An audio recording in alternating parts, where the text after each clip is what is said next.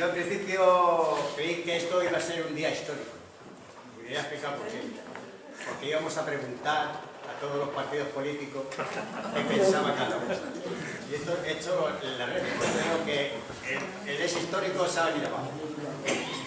En primer lugar, yo en lo de la seguridad social, ha habido economistas, he oído a muchos economistas contra la crisis, que el desfalco que han hecho a la seguridad social desde tiempos remotos, o sea, desde Felipe González a toda esta gente, que si no hubiese metido la mano en la seguridad social para emplearlo en otras cosas que no era la seguridad social, habíamos tenido 500.000 millones de euros. Esto, fíjate, si podía haber las pensiones, no se tenían que haber hecho. Y luego entonces yo preguntaría, ¿sabéis que en cuanto salió el problema este del Pacto de Toledo, que salió toda la multitud, prensa, vamos, los partidos políticos y toda la prensa decir que vosotros habéis tenido la culpa de que el Pacto de Toledo no se hubiera llevado adelante? Lo que quiero decir es que esto se lo tenéis que explicar mucho a la gente. Y no veo que tengáis debates y en sitios para explicarlo todo esto bien, punto por punto. No es solamente llegar y decir, el Pacto de Toledo esto, pero no. Hay que decir los puntos que tú has explicado ahora, se los tienes que explicar a toda la gente. Espero que la campaña electoral nos preocupemos más de explicar a la gente el problema económico, o sea, la directriz que vamos a llevar para el presupuesto, el problema económico y todo, y lo de la pensión. Y yo creo que eso sería muy importante para que toda la gente se estuviera preparando. Y otra cosa igual. Yo sé que la plataforma de pensiones de los pensionistas son apartidistas, pero dada la situación y con las encuestas que estamos viendo, tenemos que tomar conciencia, todos los pensionistas, que si nos gobiernan los que han estado gobernando hasta ahora, vamos de puta. Pero sí de claro. Entonces ya tenemos que llegar y ir diciendo a la gente: procura el voto que sea bien, y ya sabes quién son los que defienden las pensiones de la provincia de La Palma. Hola, buenas tardes. Yo me voy a comentar un poco la pregunta concreta. Hay 417 medicamentos fuera de la protección de la seguridad social. Muchos de ellos imprescindibles, porque realmente el pensionista dice o me compro medicina o como. Entonces yo pregunto, ¿qué se va a hacer en este caso? ¿Qué medidas quieren tomar? ¿Hay alguna solución para que tantos pensionistas que están en esa situación realmente puedan tener medicamento y al mismo tiempo también puedan comer? Nada más, gracias. Eugenio. Yo bien sencilla a los dos. Gracias por haber venido y os quiero preguntar ¿qué sucede con las pensiones de viudedad? Las viudas cuando se quedan, o los viudos si es el caso inverso, cuando se quedan, el descalabro económico es manifiesto. ¿Qué pensáis sobre ello? Gracias. María del Rosario. En este estado a un ladrón cuando se le pilla,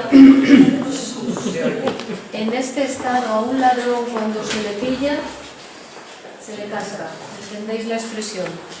Entonces, llevado esto a ese hueco, en dos ocasiones que yo sepa, a ese robo del que ha sido objeto la caja de pensiones, ¿qué es lo que se piensan como partidos que se puede hacer o qué vais a hacer para que eso sea reembolsado cuando no ajusticiado? Todos sabemos que la brecha salarial que sufrimos las mujeres es un hecho, tanto en la vida laboral activa como a la hora de jubilarnos.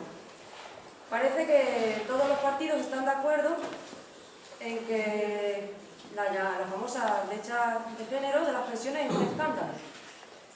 Pero hay mucha confusión sobre las propuestas para erradicarlo o al menos disminuirlo drásticamente. ¿Qué soluciones propone su partido al respecto? Gracias. José Luis. Una pregunta en concreto. Alberto,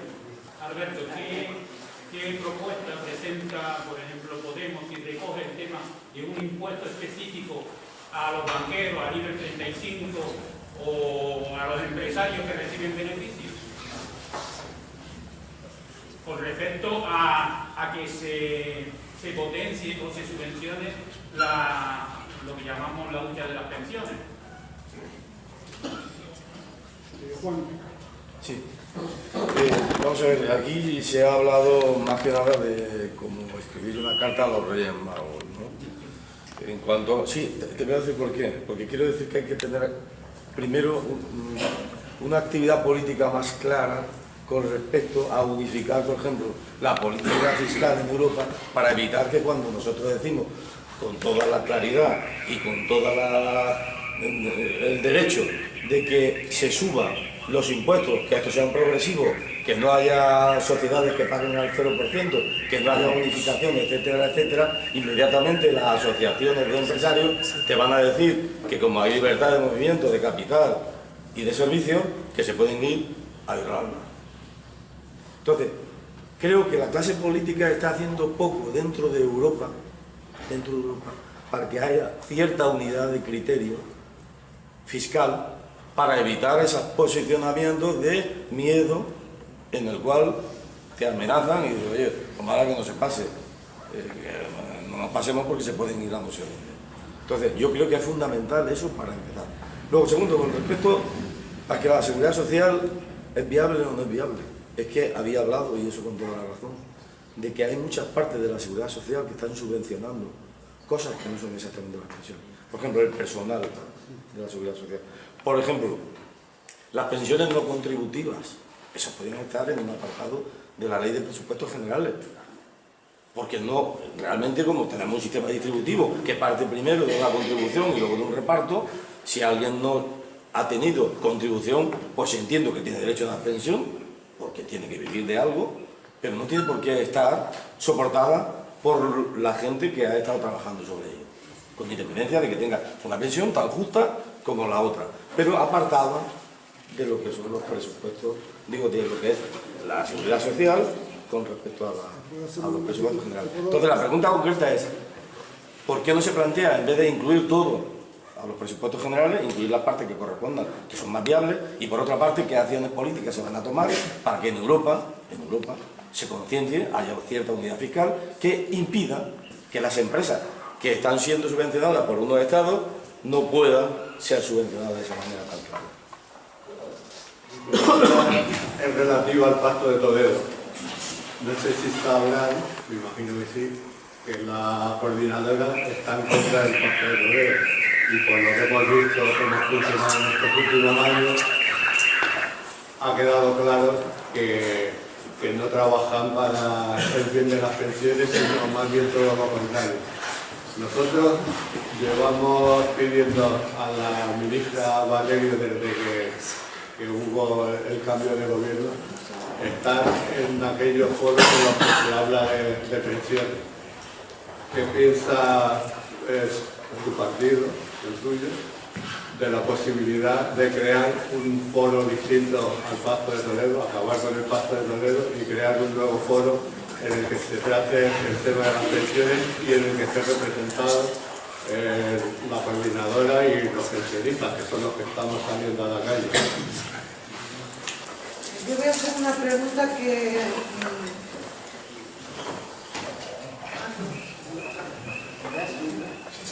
Voy a hacer una pregunta que en relación a mi situación particular, pero que también le sucede a mucha gente porque conozco el problema. Mi madre tiene 93 años y ella tenía asistencia gratuita y la medicación a 0%. Resulta que ella no tiene ninguna pensión ni nada, y con la ley esta que sacó Rajoy le quitó absolutamente la seguridad social, el medicamento, todo. Lo volvimos a recuperar porque tanto se insistió y se cambió en algo de eso, pero la pusieron a cargo mío y ella paga un 40% de la medicación.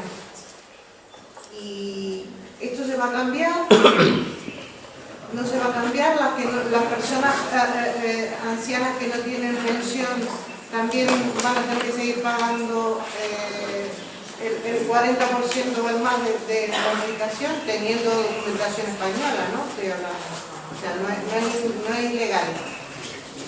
Gracias. Yo quería preguntar, ¿qué pasa con los impuestos que no paga la Iglesia? si van a intentar arreglar.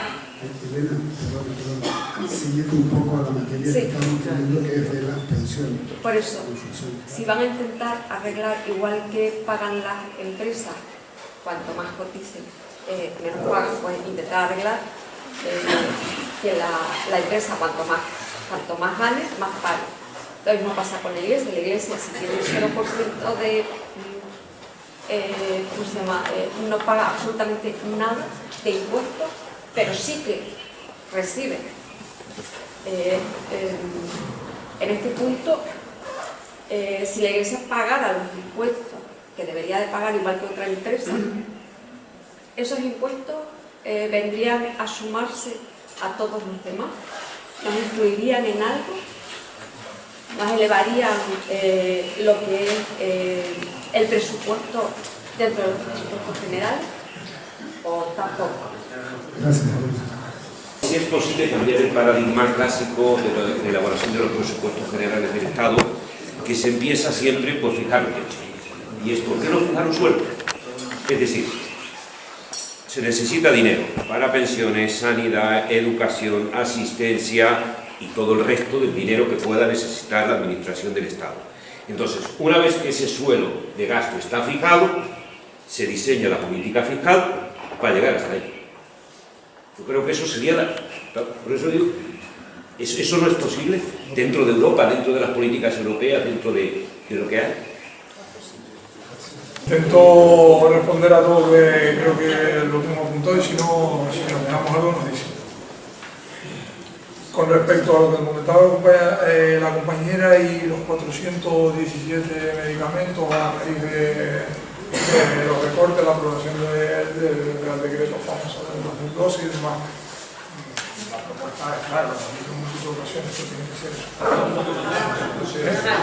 esto tiene que ser sufragado por el Sistema Nacional de Salud, que las competencias están referidas a las comunidades autónomas, y más allá, nosotros en los últimos presupuestos del Estado pusimos sobre la mesa que eso se tiene que revertir y que tienen que tener acceso a esa medicación, y pusimos sobre la mesa la creación y el impulso de algo que lleva la gaveta un montón de tiempo, que es el Fondo de Cohesión Territorial para enfermedades, dolencias o patologías que tienen un alto coste, que tienen soluciones innovadoras que desgraciadamente están en manos de farmacéuticas y las farmacéuticas pues están forrando a cuenta del sufrimiento de la gente, ¿no?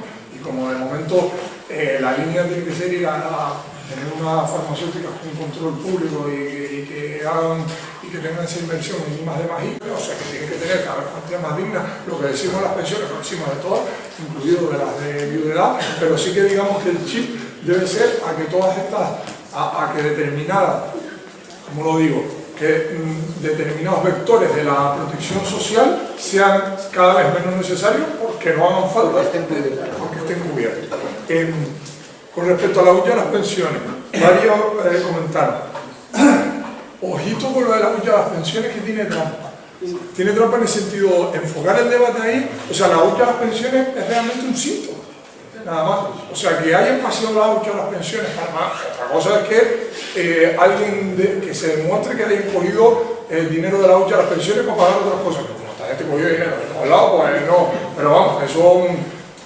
Nosotros no estamos en capacidad, no por capacidad política, sino por capacidad técnica y jurídica de demostrar eso. Pero a lo mejor el Poder Judicial un día llega y dice, oye, pues este señor metió la mano en la lata del gofio, como se dice aquí comúnmente, y se llevan dinero de la hucha de las pensiones a otro lado. Pero el hecho de que hayan usado la hucha de las pensiones para pagar las dobles pagas o simplemente para pagar las pensiones es un síntoma. Claro, sí, pero todo lo que hayan usado que no sea para las pensiones es un disparate, eso está claro, y es totalmente perseguido. Pero a lo que han usado para pagar las pensiones, creo que es como una cortina de humo que usan, es decir, se vaciaron las pensiones. Si es que en el fondo es lo de menos, lo de la hucha de las pensiones. Ojalá no hiciera falta la hucha de las pensiones, porque lo que tenemos que buscar es un sistema que tenga más ingresos que gastos a la seguridad social. Mientras nos desvíen la atención con la hucha de las pensiones, pasa en cierto sentido un poco como lo que pasa con el Pacto de Toledo, que la gente se centra en decir, oye, pues vaciaron la hucha, ¿no? Que critican al gobierno, vaciaron la hucha. Y digo, bueno, lo criticable es que hayan cogido dinero, que se lo hayan llevado para gastárselo en otras cosas, y que el modelo económico, laboral y fiscal que han implementado con las políticas de austeridad y con la política de recorte ha provocado que se tenga que vaciar la hucha de las pensiones y usarlo para pagar las cotizaciones. Ese es el meollo de la cuestión, y no tanto que quiten más millones o que quiten menos de la hucha de las pensiones. Te digo, ojalá no hicieran ni falta, porque hubiera más ingresos que gastos en el sistema. Con respecto a la brecha salarial de género que comentaba la compañera, evidentemente eso se soluciona primero con lo que dije antes, con el tema de las cuantías, y después atacando a la legislación laboral con medidas para frenar la temporalidad, que no quiero extenderme en la pregunta más de la cuenta con lo que comenté antes con el tema de la parcialidad, con medidas de transparencia y participación en los datos, que nosotros presentamos una proposición de ley para la igualdad retributiva y que quizás era compleja de comunicar políticamente. Muchas de las medidas tenían que ver con la transparencia, tenían que ver, que es lo mismo que reclamamos con el control de jornada, que la gente vea en sus nóminas, que sea público y al alcance de todo el mundo, de la inspección de trabajo, de la representación legal de los trabajadores y de la propia trabajadora y trabajador, cuánto cobran las mujeres de la empresa y cuánto cobran los hombres, las cuantías y el número de gente. A buen seguro que cuando eso ocurra, la cosa va a cambiar. No va a cambiar de la noche a la mañana,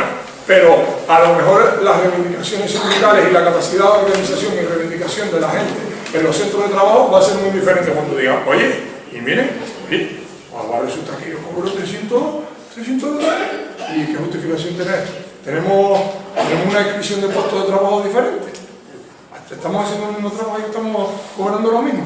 Esa es una de las medidas que nosotros hemos puesto sobre la mesa, que por supuesto no se aprobó durante la legislatura y que creemos que ayudaría a solucionar la brecha de género en las pensiones, pero evidentemente a futuro, porque esto tiene que ver con la cotización y por supuesto, como ya lo he repetido varias veces durante la charla, pero no me canso, el tema de dignificar, visibilizar y reconocer y remunerar el trabajo de cuidado en este país. El trabajo de cuidado ampliamente entendido. No solo hablo de personas con discapacidad, hablo también de la crianza, hablo también de personas mayores, hablo de la reproducción de la fuerza de trabajo para que una persona pueda ir a trabajar el día siguiente, porque si la ropa limpia y si la comida no puedes ir a trabajar el día siguiente por muy ingeniero de la NASA que sea. Eso lo tiene que tener todo el mundo y eso es generación de riqueza y eso es un trabajo productivo y eso se tiene que remunerar.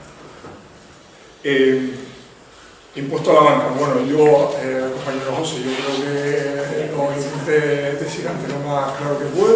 Llevamos el tema de un impuesto específico para la banca por el poder financiero en este país, sobre todo acabar con las herramientas que hay de evasión fiscal. Solo con acabar con las herramientas que hay de evasión fiscal entraría una cantidad ingente de dinero en las arcas públicas, ya lo dijimos antes, SICAP, SOCIMI, en el caso de Canarias, la RIG, etcétera, etcétera. Por lo que le comentaba el compañero, del criterio fiscal la clase política no lo paga.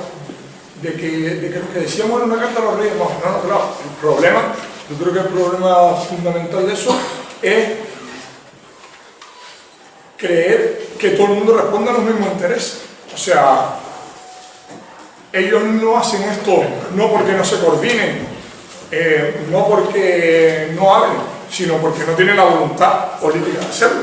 Porque ellos responden ni en Europa, ni a nivel estatal, ni a nivel canario. No es una cuestión de coordinación, no es una cuestión de que nosotros hablemos más o seamos más dialogantes y más tolerantes con ellos. No, es lo que comentaba antes la compañera, creo que lo explicaba bastante bien, bastante claro, es que defienden unos intereses contrapuestos. Cuando nosotros pactamos con ellos los presupuestos generales del Estado, como un ejemplo, podría poner Washington, pero pongo uno, las políticas de vivienda. Y le dijimos, en el pacto tiene que ir el control del precio de los alquileres, que los ayuntamientos tengan la herramienta para controlar el precio de los alquileres. Sí, lo firmaron. Después llamó Blackstone a Calviño, a la ministra de Economía, y le dijo, ni se te ocurre. Y claro, al final los partidos que les pagan las campañas electorales, los bancos que tienen deuda con los bancos, que les enchufan a los altos cargos en los consejos de administración de esos bancos y de esas grandes empresas, al final ¿a quién responden? ¿A la gente que les votó? No, responden a los grandes poderes económicos del país, y por lo tanto tienen intereses contrapuestos. No es una cuestión de coordinación o que se vaya a defender Europa, no, es que ellos son Europa, el Partido Popular y Ciudadanos hizo algo que si hubiera un medio de comunicación medianamente libre en el país, o por lo menos hablo de los más medios, ¿no? Por supuesto que hay medios de comunicación libres, pero hablo de los grandes medios de comunicación, eso hubiera sido un escándalo, hubiera sido un terremoto político en el país. Europa permitía un 1,8% de déficit y Ciudadanos y el Partido Popular dijeron, pues no, un 1,3 con la intención de hacer caer el gobierno y con la intención de que se pudiera gastar menos dinero en educación y menos dinero en sanidad, y eso lo hicieron ellos a nivel europeo. O sea, lo legislaron en el Parlamento español, pero fue a nivel europeo. Con respecto al Pacto de Toledo, que lo comentaron dos personas, ¿el Pacto de Toledo no sirve para nada? Bueno, sí que sirve, claro, sí que sirve para parecer que tienes preocupación por las pensiones y que está, pero vamos a, siempre que intervengo en medio lo digo, porque nunca lo dice. El Pacto de Toledo es una comisión no legislativa del Congreso de los Diputados. La mayoría de las comisiones en las que estamos somos legislativas. Yo, por ejemplo, en la Comisión de Empleo, ahí se legisla y lo que sale va al poder directo. Lo que se hace en el Pacto de Toledo no va a ningún lado. Tú en el Pacto de Toledo puedes decir, y le damos un unicornio a cada pensionista. Es que lo puedes escribir en el Pacto de Toledo, porque es no legislativo. Eso no va a ir al boletín oficial del Estado. Es una comisión parlamentaria del Congreso, que nosotros, los partidos que estemos en el Congreso de los Diputados, tenemos derecho, y yo creo, nosotros humildemente tenemos que el deber de participar, como en muchas otras, que tampoco se concretan en nada, pero bueno, la gente nos vota para que ocupemos esos espacios y que demos toda la batalla posible, pero nosotros tenemos clarísimo que es una comisión no legislativa y que además es falso lo que plantea los partidos que se dan golpes en el pecho con el Pacto de Toledo, han sido los que históricamente lo han destrozado cuando les ha dado la gana, porque el PP que se llena la boca a hablar del Pacto de Toledo, cuando pactó en 2013, vamos, ni la convocó la comisión del Pacto de Toledo, hizo la reforma, ni habló con sindicatos, ni habló con un coordinador, con asociaciones, no habló con nadie, y lo hizo. Y ahora se llenan la boca a hablar del Pacto de Toledo.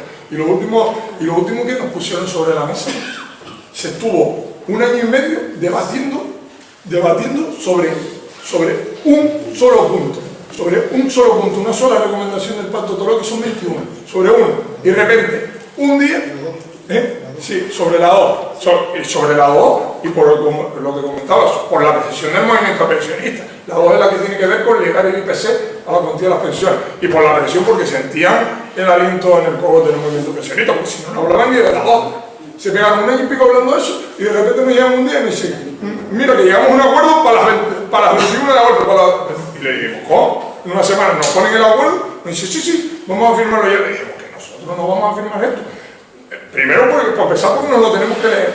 Cuando lo vimos y lo estudiamos, se planteaba el aumento de la edad de jubilación, no ya volver a los 65, se planteaba la posibilidad de que se alargaran más de los 67 años. Eso es lo que estaban planteando. Y que para el cálculo de la pensión se usara toda la vida laboral. Eso es lo que venía en el texto, pero claro, nosotros no tenemos posibilidad de decidir qué es lo que se habla en los medios de comunicación, Antena 3, Telecinco, 4, la sexta, la primera, la 2, todo el mundo sale diciendo por culpa de los macarros de Podemos se cae el Pacto de Toledo y las pensiones en este país no pasan al mundo de fantasía y alegría al que iban a pasar si se hubiera firmado el Pacto de Toledo, pero la realidad es que es esto. Lo que digo, el Pacto de Toledo legislativamente no sirve para nada y el pacto que nos pusieron sobre la mesa iba a atacar el corazón de las pensiones públicas de este país. Y por eso, orgullosamente, y siempre que me han preguntado lo he dicho, votamos en contra. Seguiremos participando en cualquier espacio parlamentario en el que pueda uno, pues digamos, meter el codo, influir, pero sabemos perfectamente lo que está así, sí. Por lo del Pacto de Toledo que me calienta. Pensión, a ver, ¿qué no tenía? que la Iglesia pague el IBI, por supuesto. Tiene que pagarlo, el impuesto del IBI y tal, pero tiene que pagarlo como todo el mundo y responde, pero claro, es lo mismo de antes, que aquí responde los intereses de los que hemos gobernado a día de hoy. Y con lo de los presupuestos generales del Estado, lo que planteaba el compañero, es que es la consigna que hemos usado todo el rato. Hemos dicho, vamos a ver primero qué necesitamos para que la gente viva dignamente en nuestro país, y una vez veamos qué necesitamos, pues buscamos los ingresos necesarios, y no al revés, como se hace ahora, sin entrar a lo que comenté antes, que lo que comenté antes es gravísimo y se ha hablado poquitísimo, que verán 6.000 millones de euros los que el Partido Popular y Ciudadanos hicieron para evitar que ese dinero se pudiera gastar aquí. Pero más allá de eso, intentar tocar el objetivo del déficit es darte cuenta de realmente quién está detrás de los intereses, qué intereses hay detrás de los grandes partidos en este país, y hasta que no haya unas mayorías alternativas, y en esto estoy incluyendo al Partido Socialista, cuando lo estoy diciendo, no hay nada que hacer. Y no sé si me he dejado, pero yo voy hablando yo por otro tema. Bueno, a ver si consigo ser un poco más corta cada vez, más concisa. Bueno, parte de lo que ha dicho, estamos no, con respecto al Pacto de Toledo, yo creo que el Pacto de Toledo ha servido históricamente para sostener reforma tras reforma de las pensiones y quitarle derechos a los trabajadores. Para eso ha servido y por eso pretenden que siga sirviendo. Y gracias a que hay un movimiento ahora de pensionistas fuertes, esperemos que no lo consigan. En ese sentido lo enlazo con la otra pregunta de otro compañero, de que efectivamente nosotros apoyamos que este movimiento social esté como representación de los intereses de los pensionistas y los pensionistas en lo que es el debate, la decisión y las propuestas con respecto al futuro de las pensiones. Yo creo que no haya nadie más legitimado, creo que debe dársele voz y protagonismo a la gente que está luchando por sus derechos, más allá de la intermediación de los partidos, tengan representación o no. Pero creo que siempre los partidos del poder estarán en función de sus intereses, así que lo mejor que podemos hacer es defendernos por nosotras mismas. Con respecto a la Unión Europea, lo enlazo varias cosas que se han dicho. Yo creo que la Unión Europea sirve para coartar la soberanía de los Estados, porque la Unión Europea es una unión imperialista de capitales. Eso de la unión de las civilizaciones, los derechos humanos, todo eso es fachada, mentira, sino que eso lo digan los migrantes que están intentando entrar o trabajar en la Unión Europea, ¿no? Entonces el techo de gasto se impone para acabar con las políticas públicas y las políticas de educación, de sanidad, de pensiones. ¿Por qué? Porque ese es el gran nicho de mercado de las empresas privadas ahora. Ya nos han robado todo lo demás, incluyendo nuestra vivienda. Hay que recordar que las grandes campañas para las hipotecas los grandes capitales dijeron, bueno, ya tenemos las rentas del trabajo de los trabajadores, tenemos no sé qué, ahora que vamos a venderles una casa, hipotecarlos a todos y a robarles un montón de dinero, ¿no? Una cifra, y después cuando no las pudimos pagar, pues encima se quedaron con el dinero y con nuestras casas. Entonces, después vieron, pues ahora que nos queda la sanidad, la educación, las pensiones. Entonces, todo este andamiaje macroeconómico está en función de que hay grandes monopolios internacionales capitalistas que nos quieren robar todos los servicios sociales. Todo lo que hemos construido durante muchos años de lucha y de trabajo. Porque hay que recordar que todas estas cosas que hemos conseguido se han conseguido con la lucha, ha sido un regalo. Y por tanto también la política fiscal de la Unión Europea no es igual, en función de lo que le interese a los capitalistas de cada país. De hecho, por ejemplo, en España, aun siendo una de las primeras economías, la aportación a las pensiones es de las más bajas. Se ve que somos más usureros en el Estado español, quieren acaparar todavía más los capitalistas de este país. Yo creo que las pensiones de viudedad, nosotros apoyamos la propuesta de la coordinadora de que la pensión mínima sea de 1.080 euros a corto plazo. En esa medida, al margen de lo que haya cotizado la persona que fallece, yo creo que todas las personas deben tener una pensión mínima para una y si la mínima es 1.080, pues 1.080. ¿Cómo se va a acabar con la brecha de género, que está muy vinculado también a las pensiones de edad, que forma parte de cuando las mujeres no trabajaban, y el empleo remunerado? Obviamente, con una política de incorporación masiva de las mujeres al mercado laboral en igualdad de condiciones, pero mientras eso no suceda, pues que su pensión sea digna en reconocimiento a todo el trabajo de cuidado que han desarrollado las mujeres de este país históricamente y que aún lo que seguimos haciendo. De aquí adelante, pues ya estamos ahí las feministas presionando para que las cosas cambien, pero en estos momentos hay que darle pensiones dignas a todas las mujeres. Aumentar los impuestos a los banqueros, bueno, lo llevamos diciendo desde el principio. Bueno, primero que paguen lo que es, y si es posible que haya uno específico para las grandes fortunas, que sean banqueros, sean de cine, o sean estrellas del rock o del fútbol, ¿no? Que la gente que gana muchísimo más aporte muchísimo más. Porque lo de los 20, los tantos por ciento es pernicioso, ¿no? Es un discurso pernicioso. De, van a pagar tanto dinero. Bueno, si tú proporcionalmente ves lo que paga una persona de clase trabajadora a lo largo de toda su vida y lo que pagan esas personas, pues a nosotros nos cuesta más en nuestro modo de vida que ellos no pagan, y después pagan una multa y pagan de repente, de un día para otro, 5.000 millones de euros, que eso no lo vamos a ganar ni nosotros, ni nuestros hijos, ni nuestros abuelos, toda nuestra generación hasta el siglo XVIII no ha ganado tanto dinero en su vida, ¿no? Y lo pagan, así que lo pueden pagar, que no lo pagan porque lo quieren. Los impuestos a la Iglesia. La Iglesia no solo, nosotros estamos en contra del concordato y de todos los beneficios que tiene la Iglesia católica. Y además creemos que la religión es una cuestión íntima, privada e individual. No debe estar apoyado por ningún Estado. El Estado, en vez de ser laico, debería ser ateo. Bueno, ni siquiera es laico, ¿no? Es un Estado que propicia una religión determinada, una religión que además es opresora y que siempre está al servicio de los poderosos y de los intereses, incluso del fascismo en el Estado español, bueno, en América Latina ni hablemos, ¿no?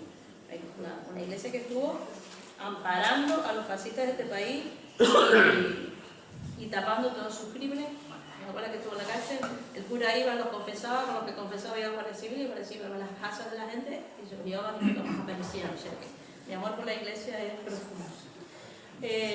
Entonces no solo debemos de hacer que paguen impuestos, vamos todos y todas, sino dejar de que dejen de robarse cosas, de que robarse patrimonio que es de todos y todas, que ellos lo ponen a su nombre sin ningún tipo de papel que lo confirme y se están robando gran parte del patrimonio de este país, del pueblo, de los barrios y después también de las grandes, incluso los grandes iconos del patrimonio, ¿no? La mezquita de Córdoba, que es patrimonio, bueno, debe ser los árabes, no eran de ellos. Los medicamentos, yo creo que todas las personas que vivimos en este país, ya sean nacidas en el Estado español o fuera, pero que vivimos y trabajamos aquí, pueden tener sus medicamentos mayoritariamente gratis, y si no fuera posible, pues que por ejemplo, las personas dependientes, sin recursos y pensionistas no deben haber copago. Los medicamentos deben ser gratis para todas esas personas. Las personas que trabajamos, pues debe haber una aportación, pero a la larga debería ser gratis para todos. Como un derecho más por ser trabajadores y trabajadoras del Estado español. De aquí o de fuera, es la misma razón. Y no creo que me queda más, yo soy súper rápida. Vamos a ver, yo quería hablar sobre algo que no se ha hablado aquí en ningún momento y que los políticos tampoco se dedican a entender. Es sobre las nuevas tecnologías. Las nuevas tecnologías sabemos que a las mejoras multinacionales, lo digo porque incide en las cuentas de la seguridad social. Las nuevas tecnologías, desde hace unos años para acá, están suprimiendo un montón de puestos de trabajo. Eso nos lleva a que las empresas están ahorrando mucho dinero a la hora de pagar impuestos a la seguridad social, como a sus empleados. Yo digo, ¿cuándo se va a llegar a poner o qué partido va a proponer que esas nuevas tecnologías, esa maquinaria que está suprimiendo puestos de trabajo, paguen los impuestos a la seguridad social? Esa es mi propuesta. Señora. Bueno, yo quería preguntarle a representantes de Podemos. Hay un colectivo de pensionistas, de futuros pensionistas, como son las sudamericanas, que trabajan aquí en España, en Canarias, cotizan aquí, pero tienen un gran problema a la hora de jubilarse. Y es porque tienen que hacerlo a través del convenio de colaboración iberoamericana. ¿Qué supone esto para ellas? Solicitar la pensión a través de ese convenio para que el Estado español pida a su país informes de vida laboral que tiene en su base de datos el país de origen de la persona esta sudamericana. ¿Qué pasa? Que la pensión de aquí de España tiene que quedarse suspendida. Eso implica que estas trabajadoras tienen que seguir trabajando hasta que su país pase la información al Estado español. Y nos podemos pegar 1 año y hasta 2 años esperando a que esta persona aquí en España se pueda jubilar. Hay personas que no completan el año exigido mínimo para ser jubiladas, que son los 15 años por la ley actual. Pero sí pueden completarse esos 15 años con el periodo cotizado en su país. Pero para ello tienen que esperar hasta 2 años a que su país conteste o que la administración española le reconozca algún derecho. Mi pregunta es, ¿qué herramienta va a proponer el partido de Podemos para que estas pensiones de estas trabajadoras que tienen su derecho porque cotizan aquí en España, consumen aquí en España, y en este caso yo hablo con las trabajadoras que están aquí en la isla de Canarias, ¿qué herramienta va a presentar o va a proponer el partido de Podemos para mejorar esa situación a las trabajadoras sudamericanas? Hay que tener en cuenta lo siguiente, cuando un trabajador español de origen no llega al tiempo cotizado para tener derecho a una pensión, automáticamente se le concede una no contributiva. Pero a los sudamericanos no.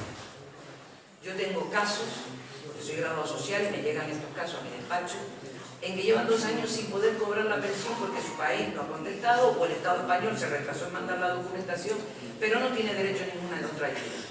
Debería de garantizársele a esta gente una mínima hasta que ya los países, tanto de origen como de destino, llegan a un acuerdo para completar su pensión, la que le corresponde por ley. Esa es mi pregunta. ¿Qué va a hacer el partido de Podemos con respecto a este grupo de trabajadores que también están contribuyendo a la economía española? Comentando a la última compañera, creo que ahí es evidente que es una cuestión administrativa y una cuestión burocrática de gestión de papeleos y de gestión de expedientes no puede dejar a nadie sin su cotización, y eso simplemente hay que solucionarlo y que sea de manera inmediata. Y si el tercer país no lo soluciona, tiene que tener acceso a una renta en nuestro país y después ya se arreglarán cuentas como ocurre en muchos convenios bilaterales. Y nosotros también lo que llevamos en el programa es evitar la doble cotización, que en muchas de estas ocasiones pasa, que se cotiza aquí, se cotiza allá y al final paga doble, como que es lo que está ocurriendo. Y con respecto a la robotización, a nosotros nos parece una buenísima noticia el avance tecnológico, la robotización. Lo que no nos parece tan buena noticia es en manos de quien está y en donde se queda la riqueza que se genera. Porque el problema es que ponen un robot y en vez de reducirle la jornada a la mitad de la plantilla, lo que hacen es echar la mitad de la plantilla. Pero no, el problema no es de los robots. ¿Sabes? Los robots bienvenidos sean, ¿no? Como cuando se inventó la máquina de vapor. Son bienvenidos en cuanto te quitan esfuerzo físico, pero no en cuanto te quitan puestos de trabajo. Pero no son los robots los que quitan el puesto de trabajo. Es quien controla el medio de producción, el que controla el medio de producción que decide. Por lo tanto, la salida ahí tiene que ir por 2 vías. Primero, en cuanto a cotización, por la vía fiscal que hemos hablado, y lo otro tiene 2 vías claras, que es la reducción de jornada, por un lado, que es evidente. Cada vez hace falta menos trabajo humano para producir la misma riqueza, y por el otro, una garantía de renta universal para las personas. O sea, si generamos tanta riqueza, si ya no se falta nuestro trabajo, si no son las máquinas las que nos generan, vamos a repartirlo un poquito mejor para que podamos mejorar la riqueza.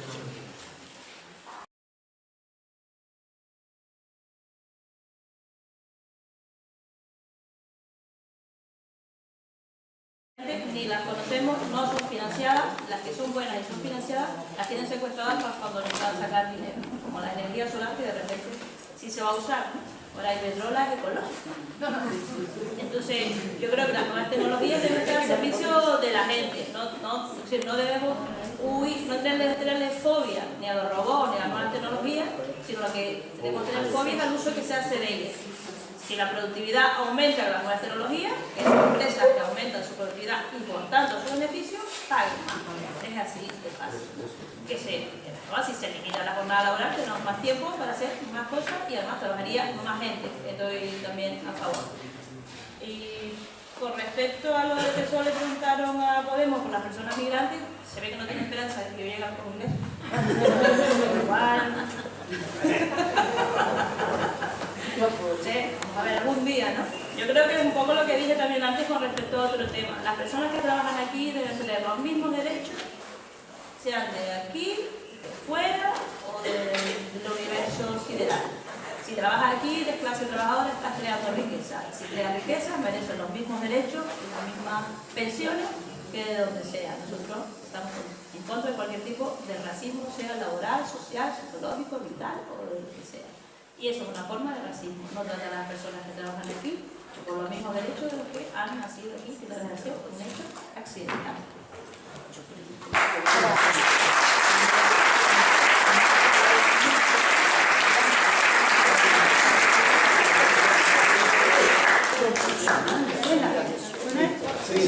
A ver, nos están echando, pero no quería terminar de decir que el tema de las pensiones no va ajeno a todas nuestras condiciones de vida en general y a todo lo que nos rodea.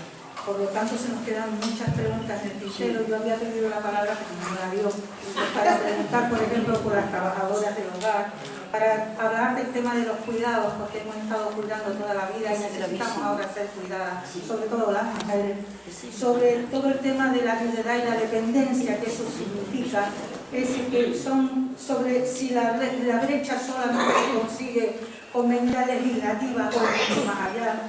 A mí me quedaron preguntas sobre el tema de la remuneración del trabajo de los cuidados, porque eso no lo he entendido muy bien, pero bueno, ya me preguntaré aparte, etcétera, etcétera. Es decir, nos queda todo el tema de cómo con 600 euros alguien puede pagar una residencia de ancianos. Nos quedan muchas preguntas y además no debemos, cómo una ciudad no se construye para nosotras y nosotros, sino se construye en función de otros intereses, cómo somos desalojados de nuestras propias viviendas, pues porque hemos avalado hipotecas o porque simplemente hemos optado por no tener vivienda. Es decir, nos quedan muchísimas, pero para otra ocasión. Yo sí quería agradecer en nombre de la plataforma la asistencia de estas dos formaciones políticas. Sabemos que aquí no están los que queríamos tirarles de las orejas, pero supongo que el 28 de abril tiraremos de las orejas. Muchas gracias.